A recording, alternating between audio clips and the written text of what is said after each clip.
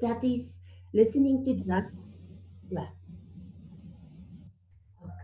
Good morning to all my students doing this challenging module of community work. I hope you are all safe and that you are healthy and that you are working in this time on your assignments.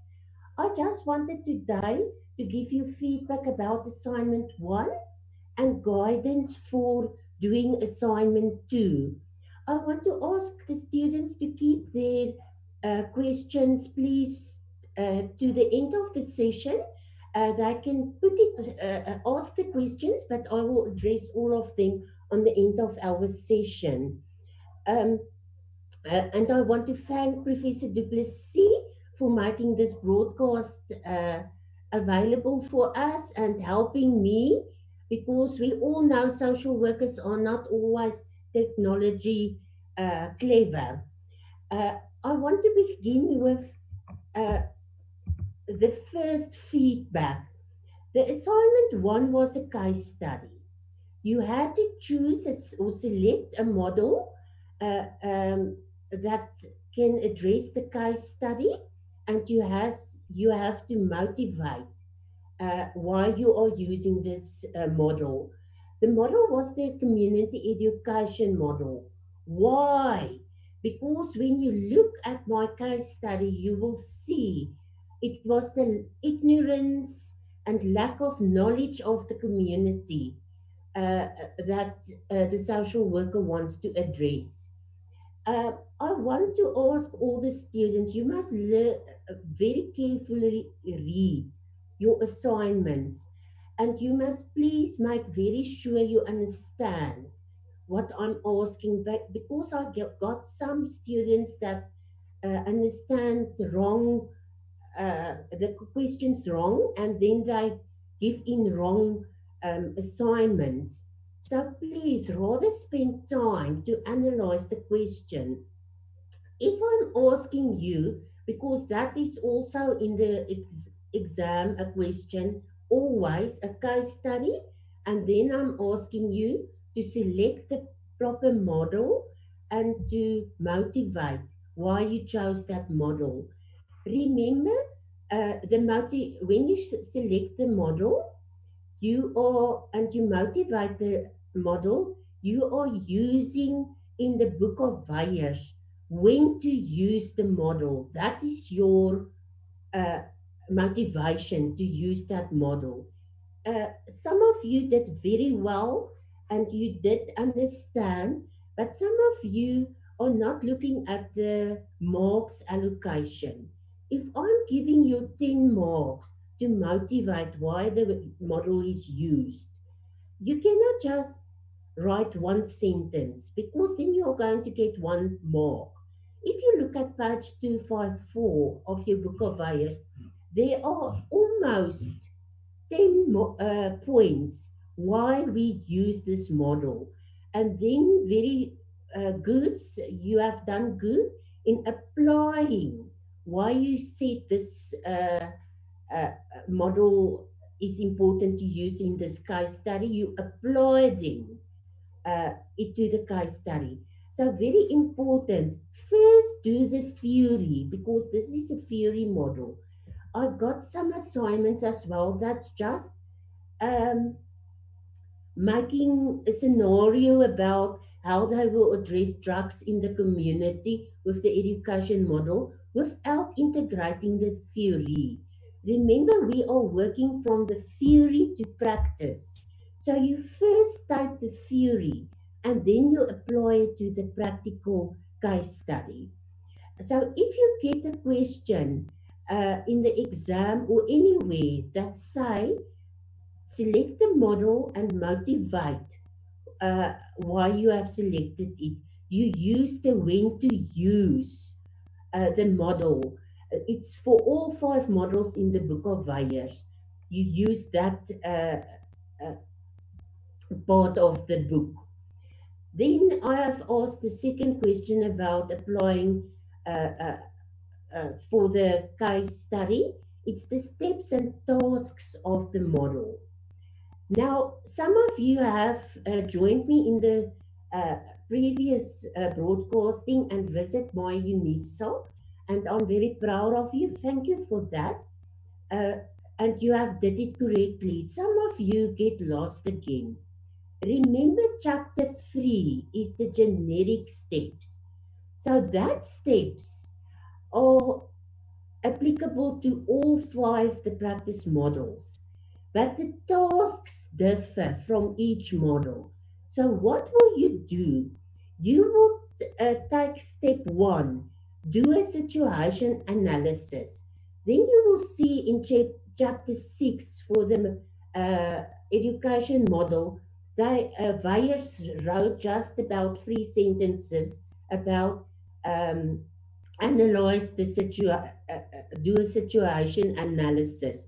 What do you do then? Because you have seen under at the page of your TUT letter that this 5 steps and tasks are counting 50 marks. What is that saying? That's saying it's 10 marks a step with its tasks. So you cannot just mention the step and just give a short uh, note to me about one task, and you won't get a lot of marks 10 out of 10. So what you do where Weyers refers you back to the chapter 3, the generic model, you put step 1 uh, of chapter 3 or chapter 6, and then you go and look what was the tasks of the generic chapter in chapter 3. That was the 3 tasks where you analyze the context, the expectations, and you compare to choose the right model. You use that tasks. Then you go to step 2 and you see step 2. Okay, now I'm going back to the education model because the education model, the step is the same as the generic model, but the tasks differ. There are 4 tasks. So that is how you work interchangeably between chapter 3 and chapter 6. So some of you just do the generic uh, tasks of chapter 3 and didn't integrate the specific task of the education model. So I hope you have now more a clear idea. And now I want to just mention, uh, please read and understand questions before you answer it. I want to just go back to our second question as well in the assignment that asks you to talk about the community work techniques. I have in my TUT letter uh, showed you the pages that the techniques are. It's page 136 to 143. So some of you didn't read this assignment very thoroughly. So you need to look at the pages. I give you a hint. I'm helping you by putting in the pages. I prefer to have that techniques. And remember now you see it's 40 marks. You cannot just put the education uh, technique because um, that will be about 10 marks. What about the other 50 marks? Then you as a student must think, okay, the education technique will be the best technique and the most used technique in our community education model.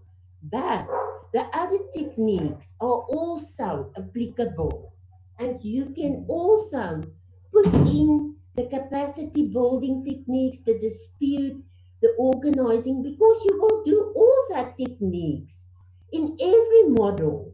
You will model, practice model. You will just uh, have a dominant technique for each model. So that is my feedback about the assignment.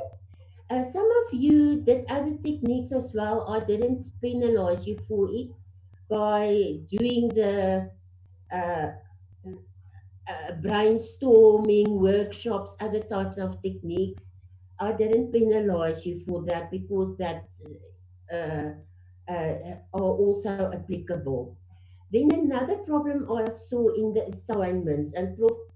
Duplessis can help me with that as well. Quotations can no longer be than two sentences or lines in your assignment, and then you have to apply or explain it in your own words.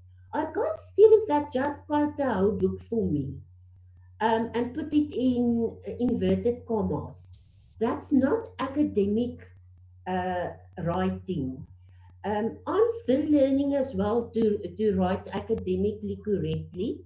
And I give you just the tips I have learned at UNISA, how we do academic writing.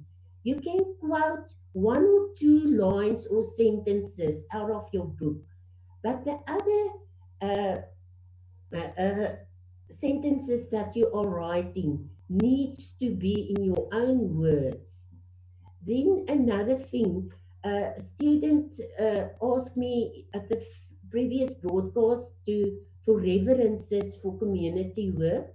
I've posted a few articles for you on my UNISA on the announcements so that you can use other references as well because everybody is just using Shen and Wires. And remember, if some of you put Shen it all in your bibliography, but you didn't use it in your assignment. The bibliography and the in-text references must uh, be talking to one another. So you cannot put it in your bibliography if you didn't put the reference in your in-text reference at the assignments. You have a TUT letter that explain you to you how you do referencing. Please, I know it's a very difficult TUT letter, but go and visit it. It's on your materials, on your my UNISA with your materials. And then again, plagiarism. I haven't penalized you, but there's a lot that wrote the sentences exactly like that in Weyers, and then they just put in brackets Weyers. If you write the sentences exactly like in the book, it must be in inverted commas. If you are putting it in your own words, what is standing in the book, you do the referencing of Weyers. So remember that difference. We have talked about more or less at the feedback uh, assignment one, and now I want to go to the assignment two that you are busy with or that you are going to submit in August. Please remember, look what is highlighted in this sentence. I saw already, and thank you for that, students. You are so diligent. I see you are submitting already assignment two. But make sure you understand what I've asked. I've asked the key roles of the each 5 practice models that you must describe that. I cannot remember now for how many marks. I think it's 50. So you must for each model describe 10 marks of key roles that the social worker are fulfilling. So you will take community development. You will look at the key roles. You will see it's on your page 150. These key roles, I think if I remember correctly, one of the roles of community development is to be a catalyst. Uh, then you describe that role. Then you see in the sentences on page 150, there's a second row and a third row and a fourth row and a fifth row. Each practice model has more or less 5 rows that you need to describe. And then we go to the second part of the assignment where you need to discuss the knowledge, attitudes, and skills requirements of a social worker doing community work. That is in your book of hires as well. But this uh, topics are also available in other books, community workbooks, and articles. So please don't just copy the book and then put Schenk in the bibliography, but I didn't see Schenk in your assignment as an index reference. And try to use the um, articles I've put for you online so that you start to get acquainted with using other resources. Now I want to quickly, before we end our session and get to the questions, oh, just give you a few guidelines for the exam.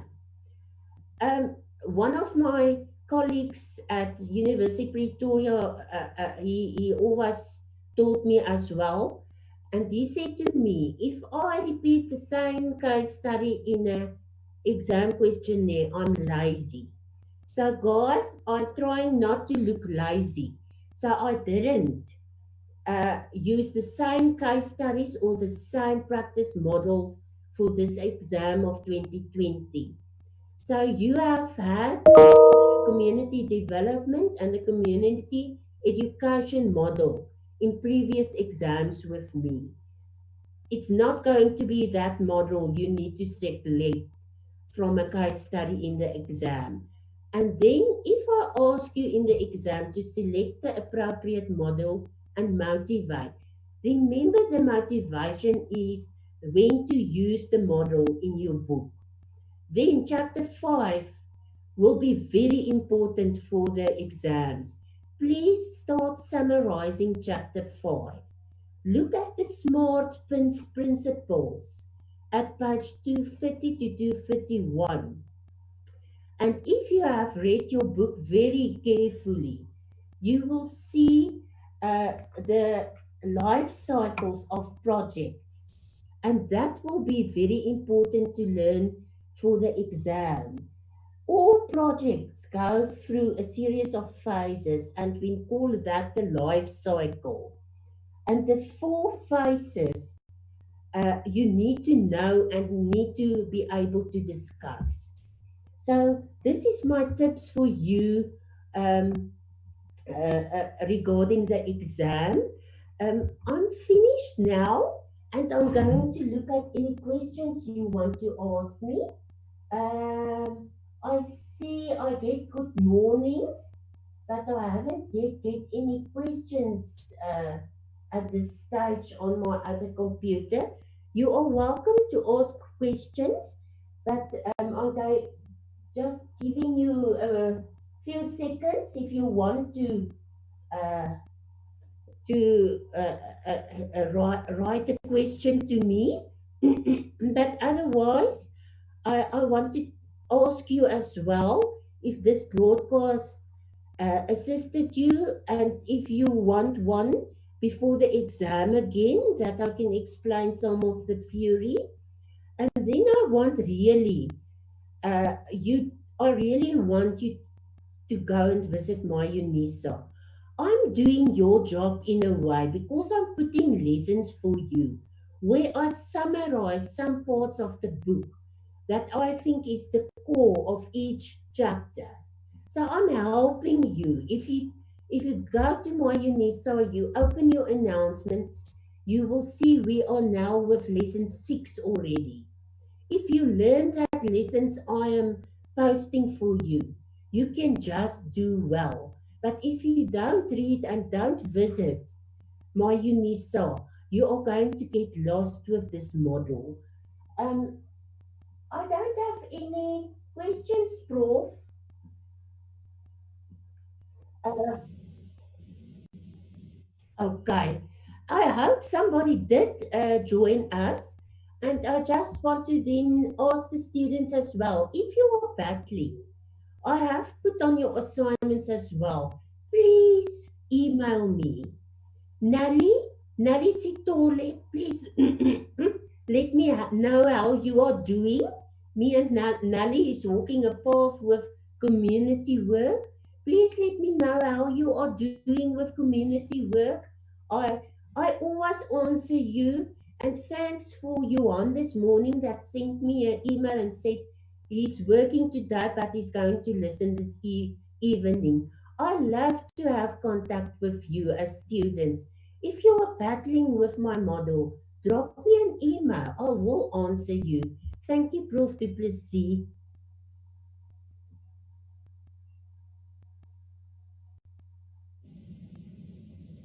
Oh, okay. Is the okay. Thank you, Christine. Uh, I'm glad I could help. And I see uh, Shahida. Hello, Shahida.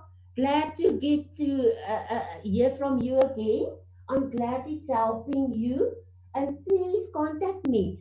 I'm not sitting. I love to talk to the students. I love your emails. Please contact me if you are having challenges and print that lessons from the my UNISA website. Then you are going to be fine in the exams. Uh, are there more?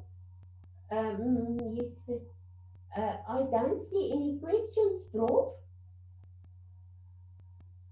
Okay, so they ask I must address them before the exams.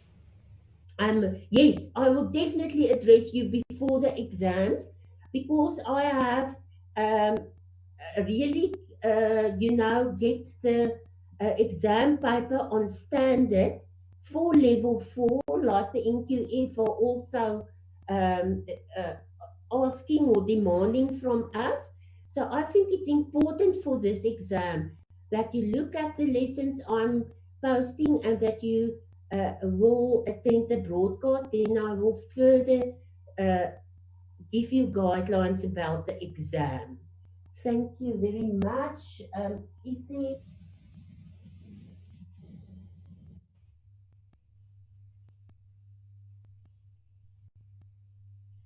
Okay, then I'm going to ask Prof. Dani again because today is the closing date for the portals of assignment one.